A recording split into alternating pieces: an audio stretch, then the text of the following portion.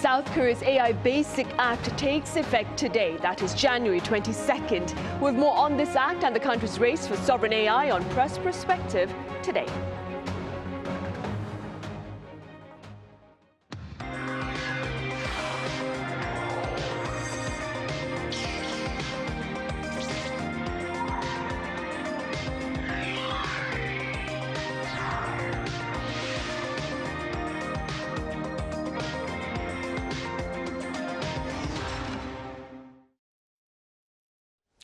Hello and welcome. You're watching Press Perspective for this Thursday, January 22nd here in Seoul. I'm Min Sunhee. South Korea's AI Basic Act, that is in effect as of today, reportedly consolidates 19 separate AI bills into a unified framework, ranging from research funding to safety guidelines. Now, this act also comes amid a fierce race for sovereign AI here in the country. For more on this, I have freelance journalist Yang Chien-Hao here in the studio. Chien-Hao, welcome back. Hello, thanks for having me on this AI Day in South Korea. Indeed. I also have Chloe Borgnon with French broadcaster France 24 here in the studio. Chloe, it's great to have you here. Hello, thank you for having me. Right, Chien-Hao, we shall start with you. For the sake of context, let's begin with the competition launched by the Lee Jae-myung administration to create a new independent AI model developed entirely using South Korean technology. So during these days, AI has all become part of our everyday lives. We use it to generate images, videos, and summarize articles and translate it into other languages. And some people rely on ChatGPT, and meanwhile others use Google Gemini. And in China, there's DeepSeek. So different AI companies offer different kinds of models, and some are designated to respond very quickly, and others are focusing more on accuracy, and some are especially good at creating images or videos. So South Korea now wants to develop its own, should I say, homegrown or its domestic one AI models. And to do that, the government itself has launched a national competition inviting companies to take part. And teams are developing their models, which are then evaluated by a review panel from the Ministry of Science and ICT every 6 months. And if a model fails to meet the standards from the government, it can be eliminated. But for the winners, the rewards are significant. They can gain access to high-end GPUs and government-provided data sets, databases, and a chance to secure a key and potentially profitable in the future in the market.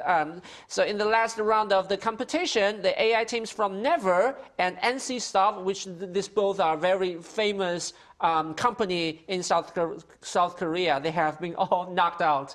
And teams from SK and LG, along with AI startup company called Upstage, these three companies are still in the race now, and the South Korean government is expected to announce 2 winning teams earlier next year, and the competition has been dubbed as Squid Game of AI in South Korea. And through this kind of high-stakes competition, South Korea hopes to push the local companies or enterprises to build the AI models of its own and strengthen its influence in the global AI landscape. And interestingly, after Naver's AI team was failed, the company's share price in the stock market failed, and showing that indeed many investors are closely watching or monitoring how the tech companies in South Korea perform in AI development. Right, so this particular competition also, I believe it's a 3-year competition with the final winner to be announced in 2027.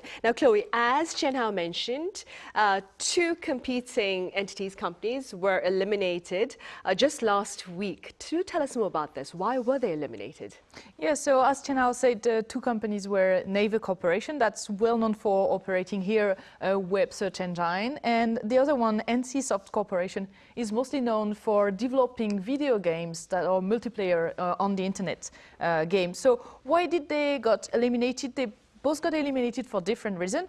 And Naver was actually eliminated because they did not follow the main rule, probably, of the competition. That is, they used a Chinese vision encoder when it is said that the program is to build open source model from scratch, using only Korean component, because it is the best way. If you're not using anything coming from abroad, it's the best way to ensure that you've got sovereign artificial intelligence model that we come back to later on. For NCSoft Corp, the reality is just that they got eliminated because their score was too low. As Chien-Hao was saying, every 6 months there will be an evaluation of the program that's shown to the ministry, and depending on a lot of different variables, the lowest ranking player, let's say, is going to get eliminated. So it's interesting to see that the ministry has said that right now there are only 3 teams remaining, but they say that they're going to choose an additional team to come back into the competition because they are supposed to be 4 teams right now. And so they say that it could be either a very new player, or that could be one of the 2 eliminated teams if they are able to make up the program and make sure that they have a program that's up to date, high enough in the ranking, and made from scratch with only Korean components. So we don't really know if Naver or NCSoft Corp might come back into the competition later on. Right. And in the meantime, Chien-Hao, quite a number of pundits have questioned the logic of calling on companies to forgo open source software. What have they been saying, and what have you been hearing on the ground? Yeah, so Chloe just mentioned there's a controversy dealing with that. Should we really base on the open sources or not in this competition? If we first step away from the AI for a moment and look at the things from perspective of our everyday daily life for computer using, open source softwares has long been seen as serving the public good because anyone can access the source code and building new features or variations and then share those improvements with others. And taking like WordPress, for example, this is a blogging platform, blogging software widely used by website designers and writers, or Chromium, the open source foundation behind the Google, Explorer, Chrome. These are all based on the open resources. Some developers have used the Chromium to create browsers, other new kind of browsers based on that. And so in that sense, open source software encourages creativity and leads to a wider range of tools and services and diversity. But in the world of AI, if we now enter into the field of AI, open source have become like far more controversial. In South Korea's national AI competition this time, like Chloe has mentioned, like 3 of the 5 teams that advanced into the final round of the game were found to have used open source code from AI models, including one from China. So critics argue that relying on open source code means that the technology is not fully original, and that it undermines the idea of building a truly South Korea sovereignty AI, which means it's not being fully produced by South Korean.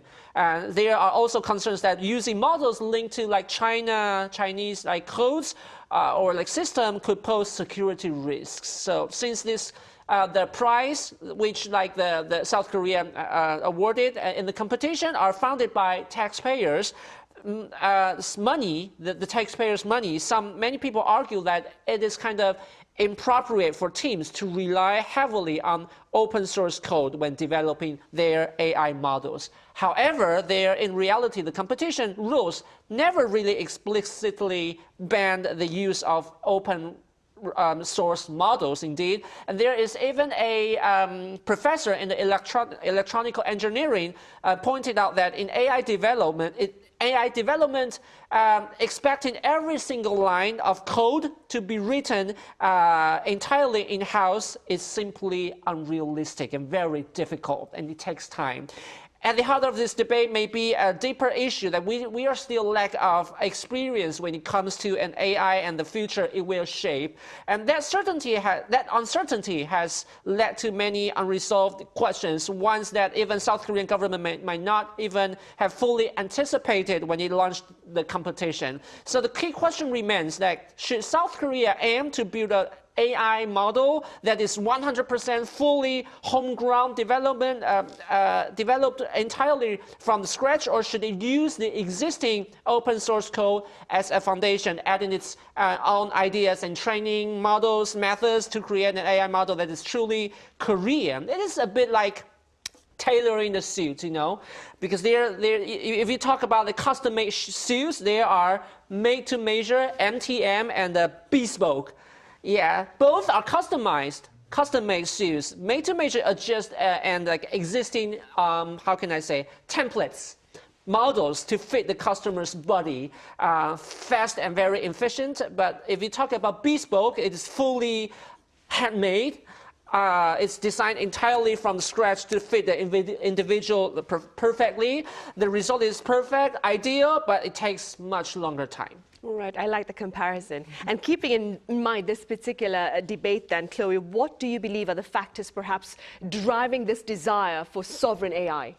So let's say first that South Korea is not the only one wanting to get sovereign AI. I mean, we know, for example, France and Germany are collaborating to get it as well, because it's a key strategic imperative, actually, to be able to have your own model that's make it 100% your national AI model. So why? First of all, it would be to retain autonomy, control, and resilience. So if we think about all the artificial intelligence is going on into the society right now, it's underpinning economic competitiveness, national security, social governance. So there's quite a lot of key sectors where artificial intelligence is widely used already, and it would be already hard now to do without it or do with a limited version of it. So for example, if we take healthcare, it's used a lot in diagnosis now to have artificial intelligence that will have a look at, I don't know, different blood test results from a same person, and from the evolution will just explain to you what might be the possible reason for the changes in the blood test. There's also defense system. If we think about the army, they sometimes need to compute a lot of data from other countries. For example, the satellites, spy satellites, are showing a lot of data, and it's mostly artificial intelligence that are now computing the data. So there is this idea that if you have your own artificial intelligence, then you're not depending on another country to provide you with those kind of very key sectors, programs that are helping you. And I mean, artificial intelligence at one point is going to be like all the other elements. So for example, if we look at the United States and the tariff wars, what they did was saying the commercial exchanges were actually something that should be used to leverage and to get things that the US wanted. So we don't know if one day the countries who are making the best data, the best AI solutions might use those kind of data and stuff, saying, if you want our solution, then you need to, I don't know, give us more money or invest in our country, etc.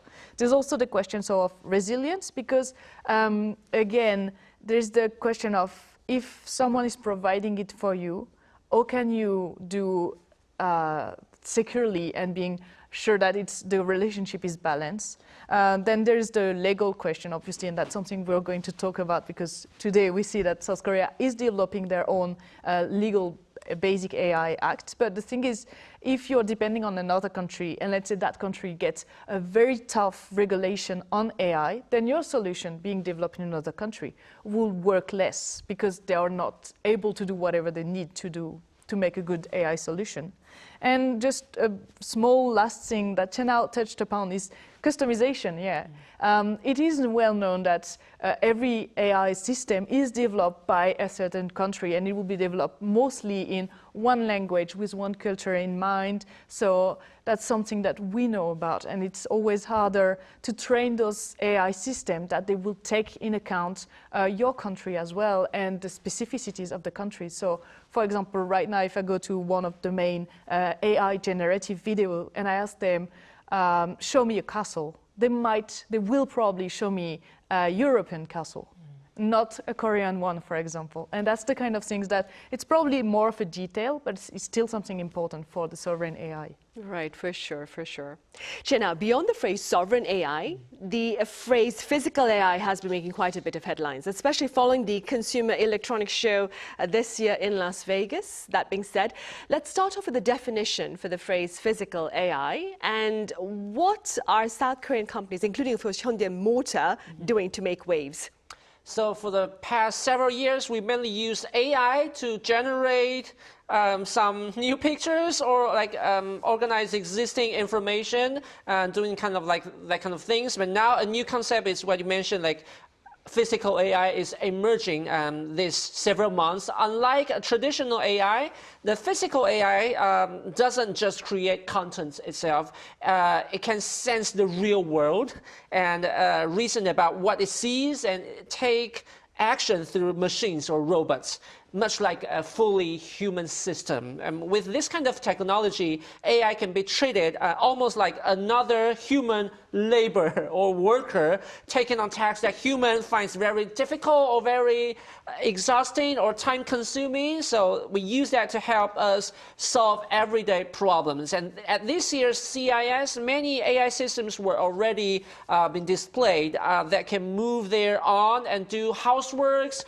household chores, and complete tasks without any human assistance or reminders or instructions. And Hyundai, for example, the plans to use the robots developed by Boston Dynamics Atlas as early as coming years parts sorting, assembly, and logistics.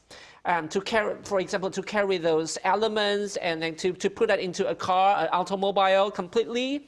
So that AI-powered robot also made an appearance on CES this year. So to make this possible, developers still need to build powerful language models and massive databases and continuously train these systems so they can understand, the AI system itself can understand their environment, sense the space, and take actions on their own to solve the problems. And these kinds of AI systems usually require fast and stable internet connections, of course. And developers also have to consider, for example, how to prevent the systems from behaving in unsafe or harmful or risky ways.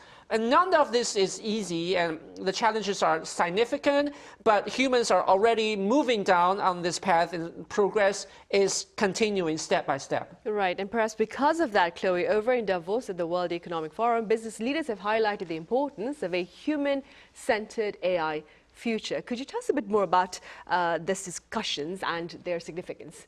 Yes, it was a panel discussion on the sidelines of the World Economic Forum's annual meeting in Davos. And it's surprising enough, actually, to think that CEO of one of the highest high-tech companies are actually discussing the side effect of AI transition and we should be careful on the human side of things. So one of the things they said was that AI is the first technology that will actually be non-human driven. That's the expression they used. And what they say is the people who are developing it at the moment, because for now, obviously, it's still driven by human mostly. But as Chien-Hao was saying, there's this idea that physical AI, for example, will be learning by itself at one point. And they're saying that the one who are doing the development right now should keep that in mind to be sure to be careful with the unexpected direction that the AI might take. And also, they were saying that there's also the question of competition for resources that will happen because of artificial intelligence. So there will be obviously the question of getting the best internet possible, getting the best data centers, getting sovereign AI. We know it's also the question of will you have all the resources that you need for that? And obviously, the more like global competition about all the elements like the rare earth materials that are going to be needed and that are not unlimited quantities. And so that's one of the other questions that we were asking, saying that we should develop AI, but we should develop it knowing the cost for the planet. And then they were also speaking about the job impact. I feel like it's something that's being spoken about more and more. I know French media especially are really interested in the question of losing your job because of artificial intelligence. And one of the CEOs said that the pain is not in the destination, but in the transition. And what they're saying is that the companies where the people are losing their jobs right now already happening because of artificial intelligence should find ways to help them, either train them using those AI tools or should help them find another job. Maybe artificial intelligence, instead of stealing the job, should help create new ones. And another idea that they developed and that I found was interesting in Davos, was to probably have the question of universal basic income for everyone. So that would be the help from governments.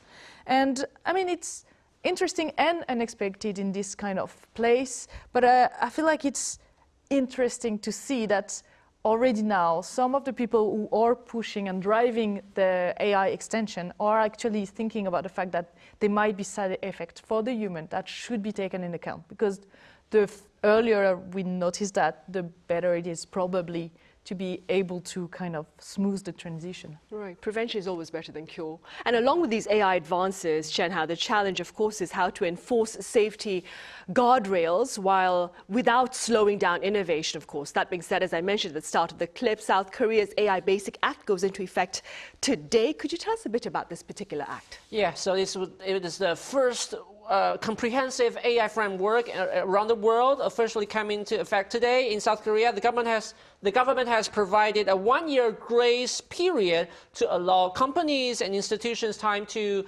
adjust. And for now, the law itself is not overly complicated, and it does not yet tackle the most difficult or sensitive issues in depth. Instead, it focuses more on like core principles. For example, respecting the creativity of AI technology and services providers, supporting research and development, and minimizing the potential risks that AI may pose to people's civilians' daily lives through safety guidelines. And one provision worth noting is that AI developers and services providers are required to clearly inform users when offering high-risk or generative AI products or services. These products must be properly labeled to show that they are powered by AI technology. However, so far it appears that many individuals and companies are still unaware, or they don't understand what this bill, what this law even exists. And that suggests the government will need to spend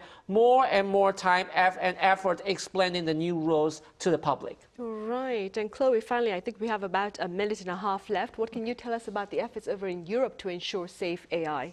Yeah, so in Europe there is an AI Act that was voted actually in 2024, but it's taking longer than South Korea to be fully implemented, so that's why they're not the first to do it. It should be in full effect in August this year, and the thing is, it's a bit of a similar approach to South Korea, is the question of risk of artificial intelligence from minimal to unacceptable risk.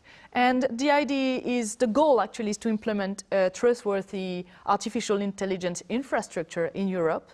So they want more legislation linked to it to help innovation, but also to build a real system for artificial intelligence, just like South Korea. Mm-hmm. And in exchange, obviously, there will be investment from Europe, and they have already been announcing 20 billion euros from the European Fund to build giant factories for artificial intelligence centers, actually. All right, so we can look ahead to more remarkable advances this year as well.